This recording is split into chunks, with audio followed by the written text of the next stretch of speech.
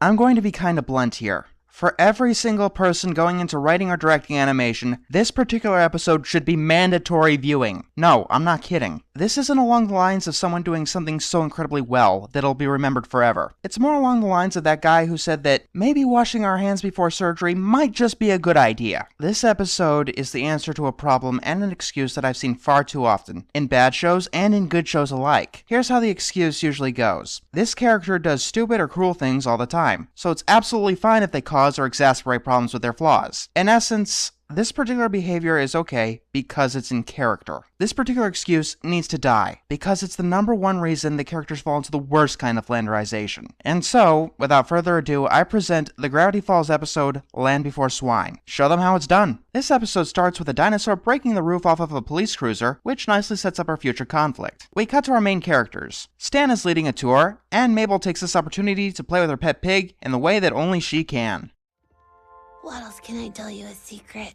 You're my favorite pig in the whole world. And then she falls asleep. When Stan comes in, he trips over them. After some banter, Waddle starts chewing on Stan's pants. When he tears it, Stan wants to put him outside. However, Mabel says that there are predators out there.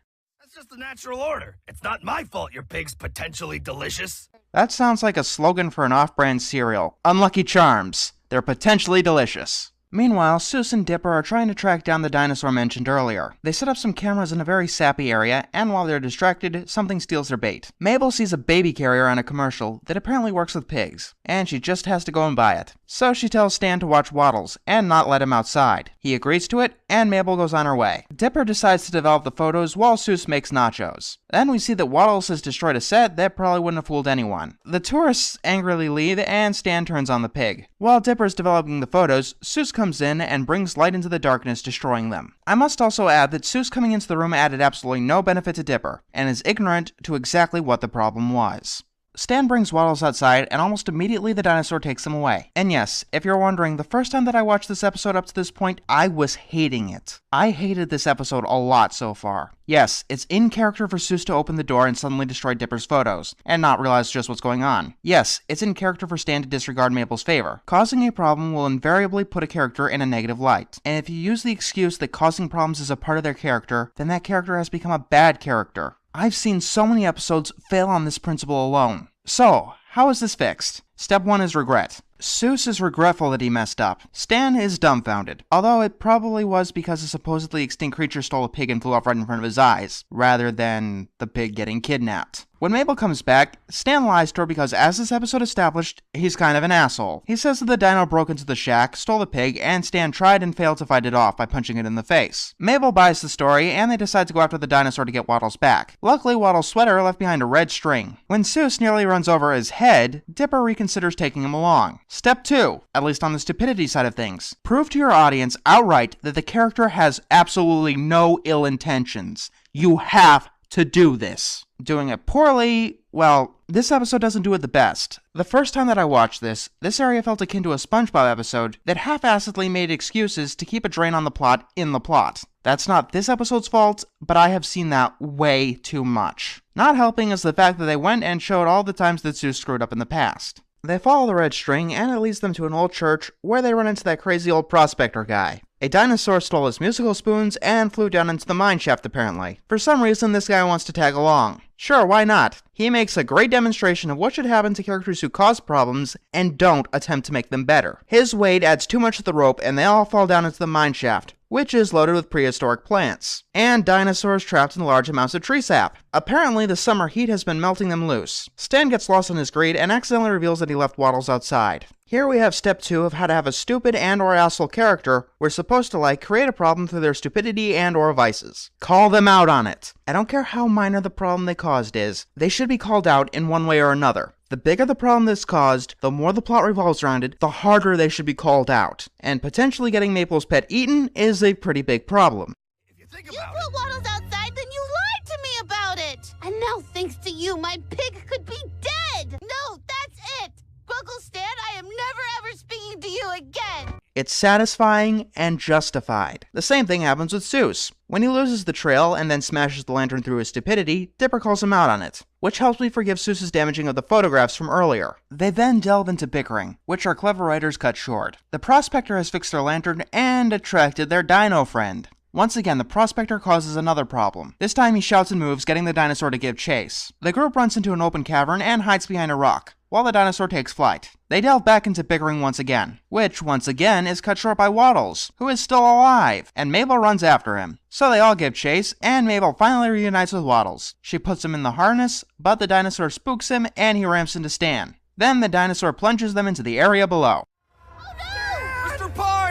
Ah yes, that's important too. Unless the character is truly irredeemable, the other characters should still care about the stupid or asshole character. If they don't, you've probably gone too far. Anyway, Stan and Waddles land down below in some mud.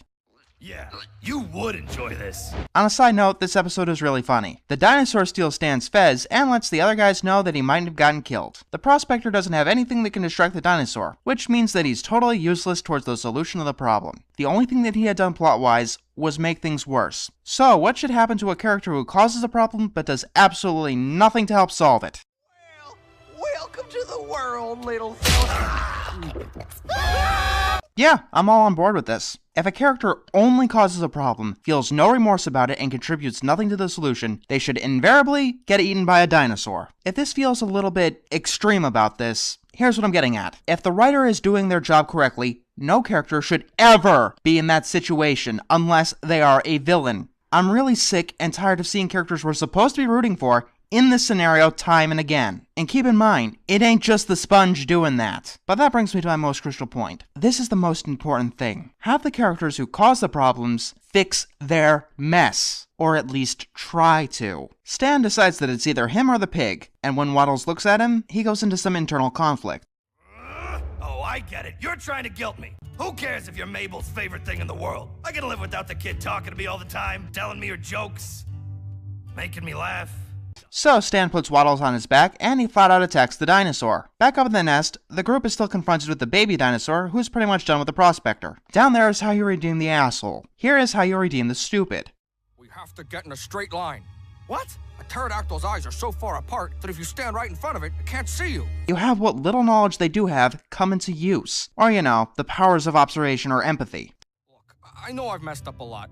I can be sort of clumsy, and it's not always as lovable as I think. Take a note, every single fucking one of you! Seuss' plan works, and the dinosaur doesn't catch them trying to escape. Then we see Stan punching a dinosaur in the face, and he pretty much knocks it out. There's one more thing that an episode like this has to do, and that's focus on the positive qualities of these characters. Seuss uses his strength to help them escape from the mines, and we see that Stan really does care about his family. If this seems like a lot of work to redeem a character, especially in the span of 22 minutes, I only have one thing to say. Stop putting your characters in these positions! It's really that fucking simple! This particular episode could have taken the easy way out and said that Dipper and Mabel should be accepting of Stan's jerkishness or Seuss's stupidity, and kept using it for comedic possibilities. And if they did, I'd probably be reviewing this episode on my other series. But they took the high road, and created not only my favorite episode of Gravity Falls, but an example for all other cartoons to follow.